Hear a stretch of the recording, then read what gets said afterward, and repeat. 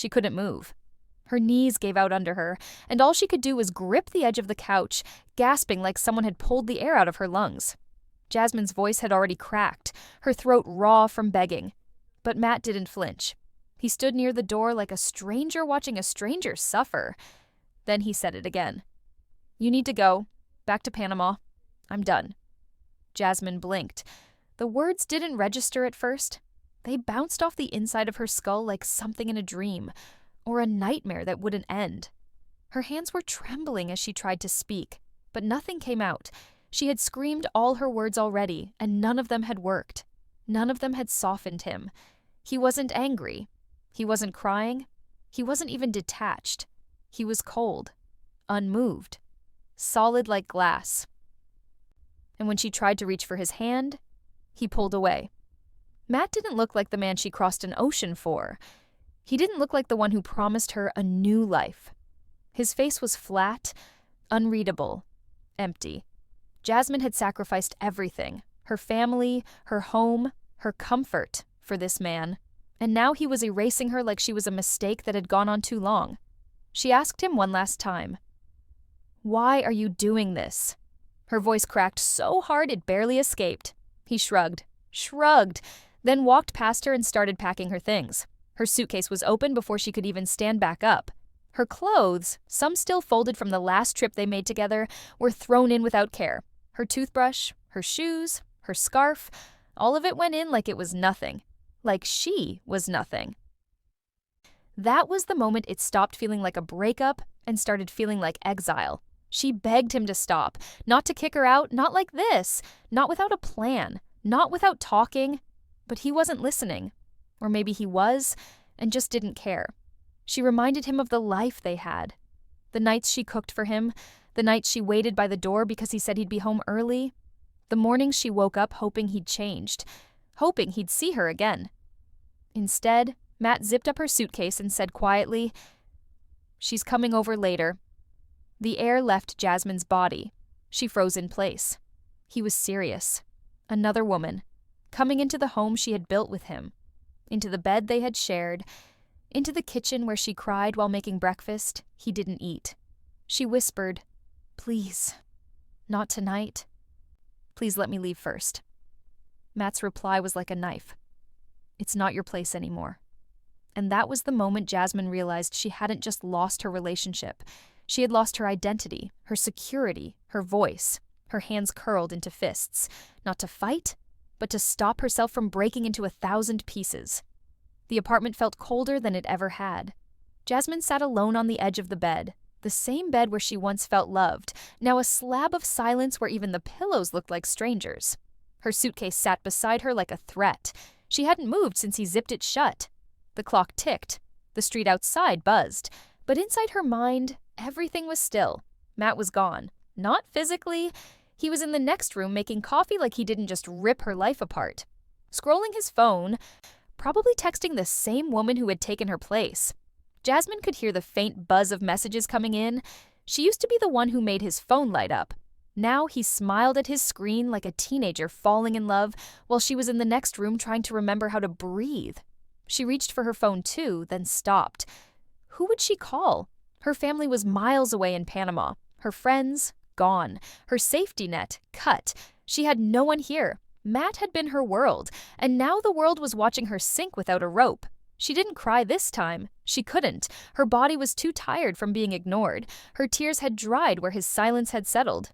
Matt had stopped loving her long before this moment. She saw that now. The signs weren't subtle. She had just been too desperate to believe they meant something else. The way he'd turn his phone face down the moment she entered the room, the excuses. Long hours, stress, pressure. He stopped holding her. He stopped answering her questions. He stopped seeing her, even when they were sitting side by side. She remembered one night clearly, a week ago. She had cooked dinner, his favorite, candles, music, a small surprise.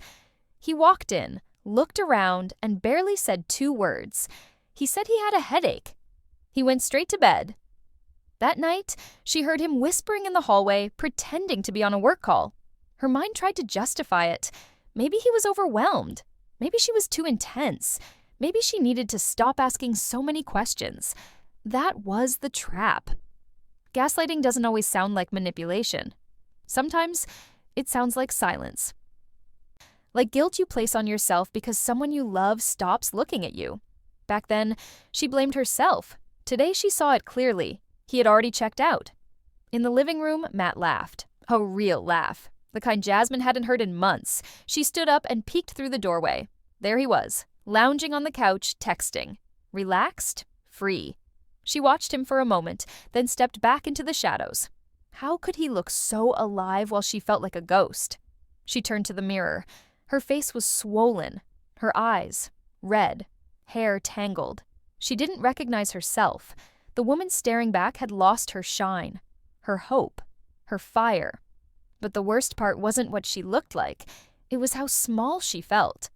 And all around her, the silence roared louder than any scream she'd ever let out. The night was thick with quiet. No cars, no lights, just the low hum of the air conditioner and the ache behind Jasmine's eyes. She hadn't slept in 2 days. Every time she closed her eyes, she saw the door shutting in her face, his voice telling her to go. That cold line, "It's not your place anymore," still looped like a curse. But something jolted her awake. A small vibration on the nightstand. Matt's phone lit up. He was asleep beside her, knocked out like nothing had happened. She turned her head, barely breathing. The screen glowed again. Another buzz. Curiosity wasn't what moved her. It was instinct. Something deep in her chest told her this was the moment. She reached for the phone. Her fingers shook so much she nearly dropped it. The screen was still open. A notification, no name, just a preview. "Are you okay? You haven't answered me." It wasn't the message. It was the time. 2:02 a.m. Who checks on someone at 2 in the morning unless they're expecting a reply? Jasmine unlocked the phone. He never changed his passcode. He didn't think she'd ever look. The first thing she saw was a red heart. Not one. Several. Then a photo. A woman, curled up under a blanket, smiling softly. A smile that said this wasn't a casual thing. It was warm, intimate, personal. She looked comfortable, like someone who had done this 100 times before. Jasmine scrolled. "I miss you. Please don't ignore me again. You said today would mean something."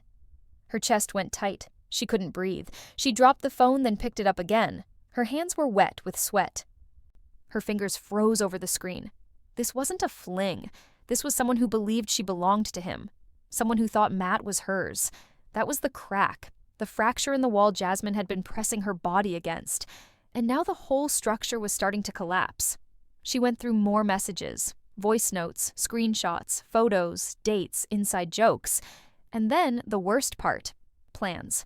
Plans that didn't include Jasmine. She sat still, phone resting in her lap, her whole body locked like stone.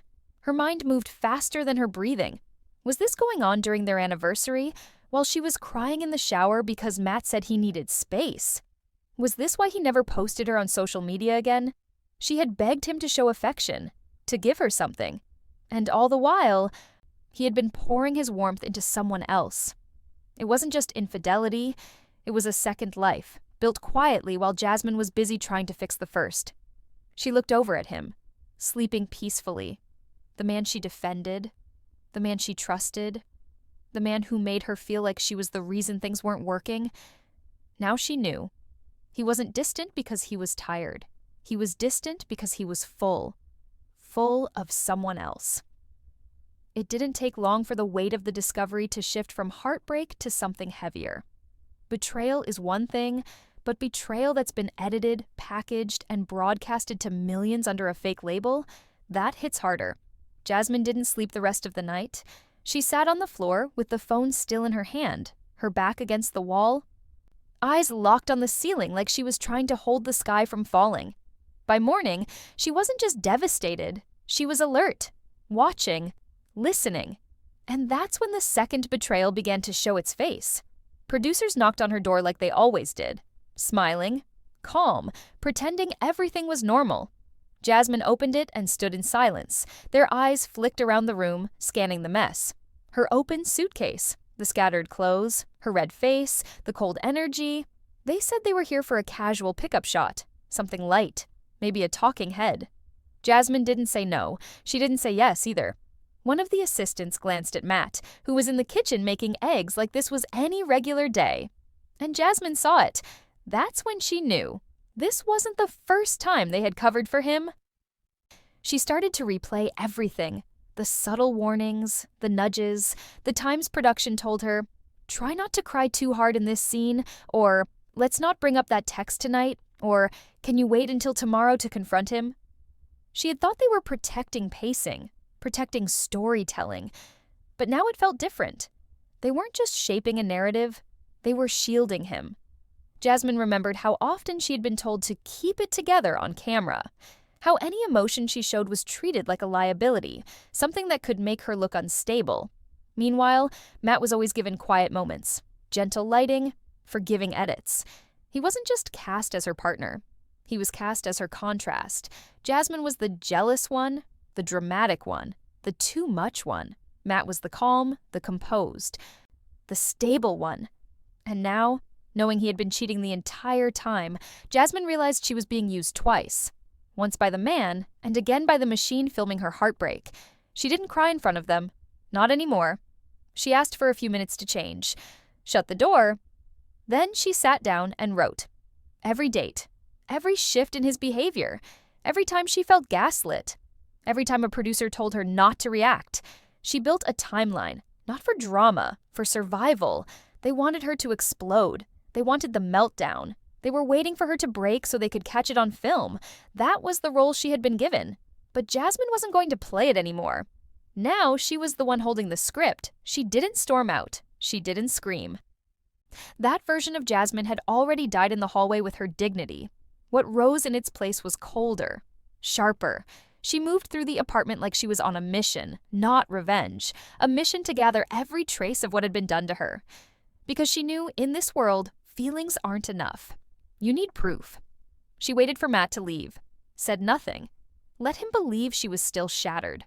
He walked out without a word, probably heading to the same woman who had replaced her without ever knowing her name. The silence became her armor. She checked his laptop. Nothing obvious. Then the drawers, a notebook with scribbled dates, reservations, dinner spots Jasmine had never been to, receipts from restaurants she had begged him to try, which he told her were too expensive for now. Her stomach twisted, but her hands stayed steady. Then she found it, buried under an old hoodie at the bottom of his gym bag. A second phone. It wasn't locked, and it was loaded. Voice notes, photos, messages that made everything real. The woman wasn't new. She wasn't a rebound. She had been around for months, during the filming, during their fights, during Jasmine's lowest moments.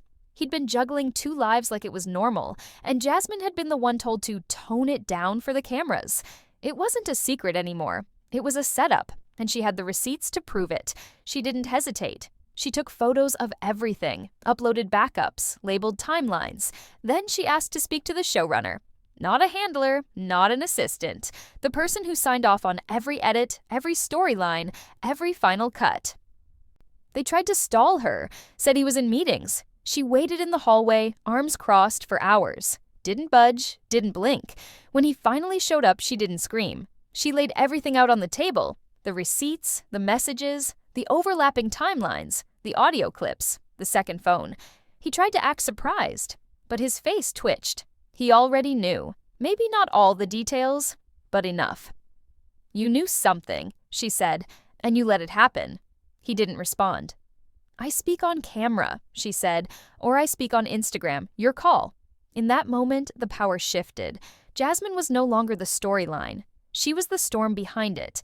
They thought they were handling a cast member. What they didn't realize was that she was done being handled. They wanted things to go back to normal. A few camera setups, a confession here and there, maybe a carefully edited reconciliation scene.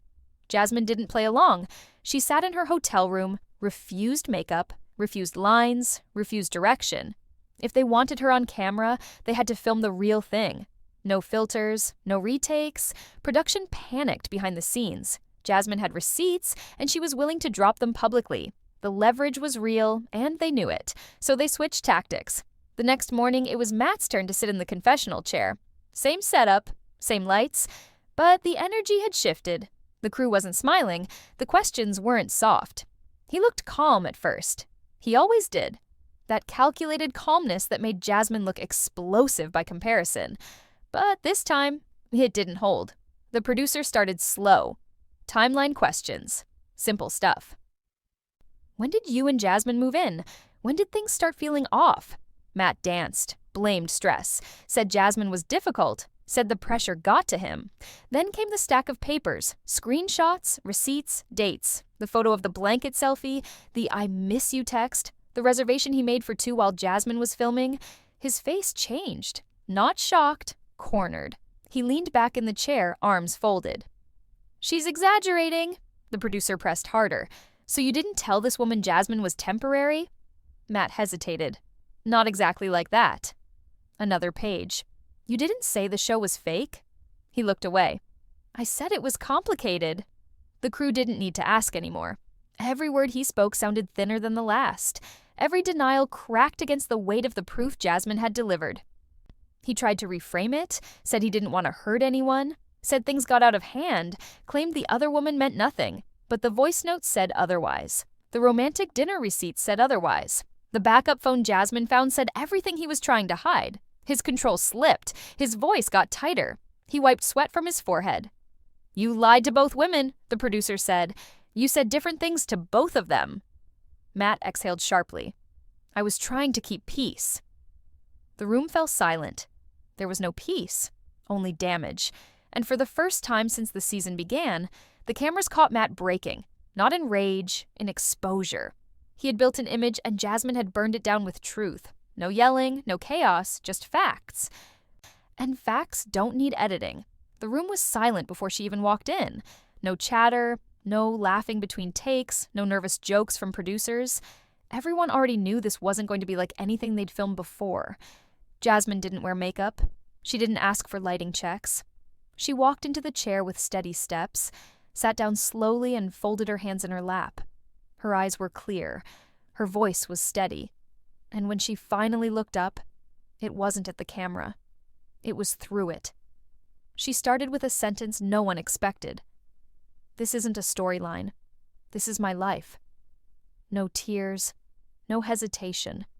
She recounted the day she left Panama, the airport goodbye with her family, the hope packed between 2 suitcases, the dream of building a life with someone she trusted.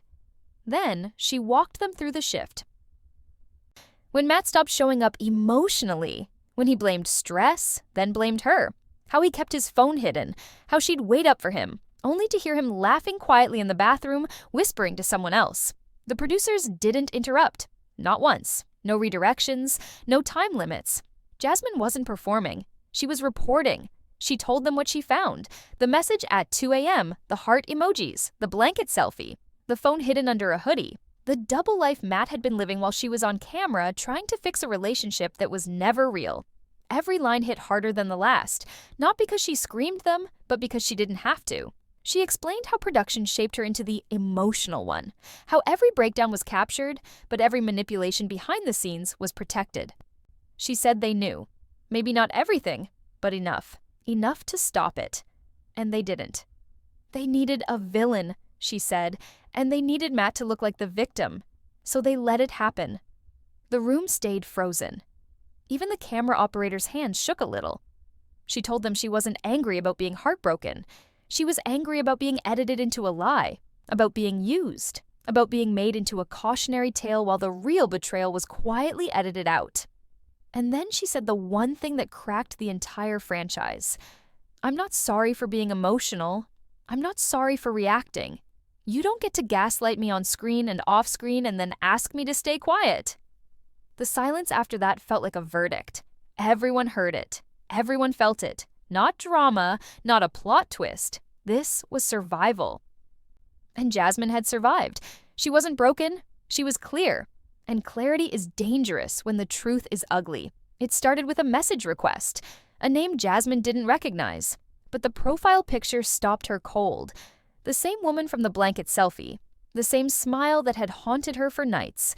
The message was short, almost polite. I think we should talk. I didn't know he was still with you. Jasmine sat frozen for a full minute. Not out of fear, not even out of rage. It was something deeper, the kind of stillness that happens when everything clicks into place. She responded with one line. "What did he tell you?" The reply came fast. Screenshots, dozens of them.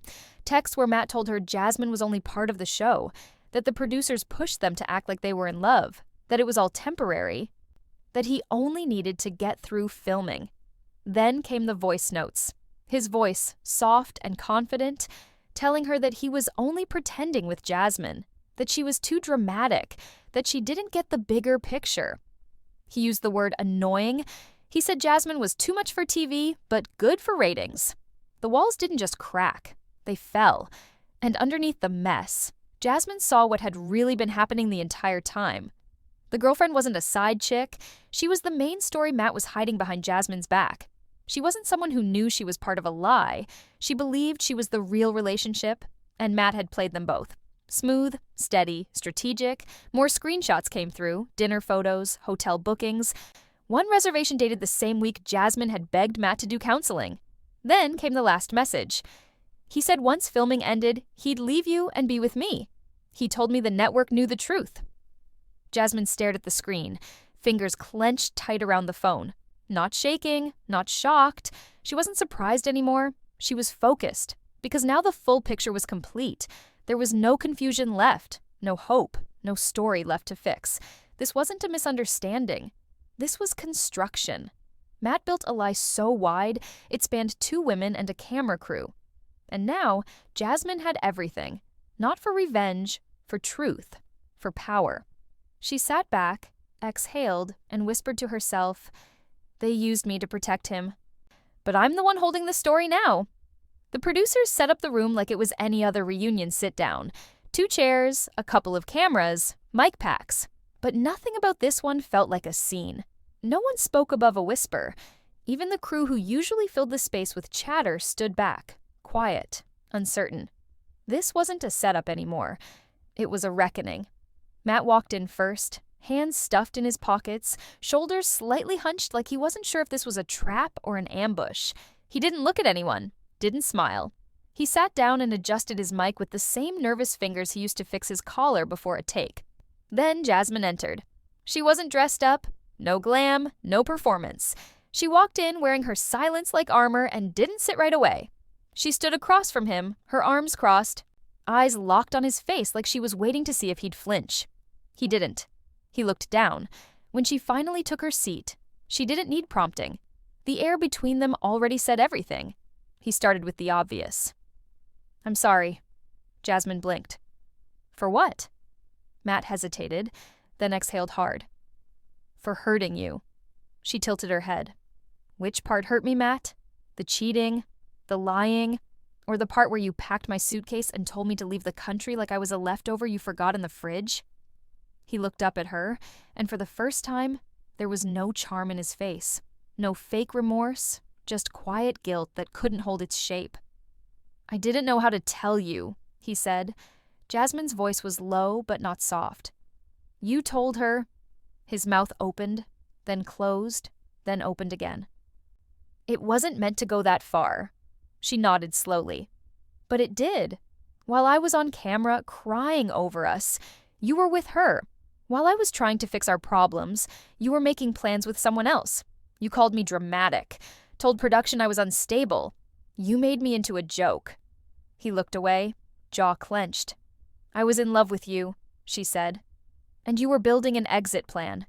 He whispered something, but she cut in. "I don't need your apology," she said. "I need you to answer one question." He looked up again. "Why me?" she asked. "Why did you choose me to build this lie around? Why fly me here? Why pretend?" He paused for so long she thought he might not speak. Then finally, he answered. "Because you were intense.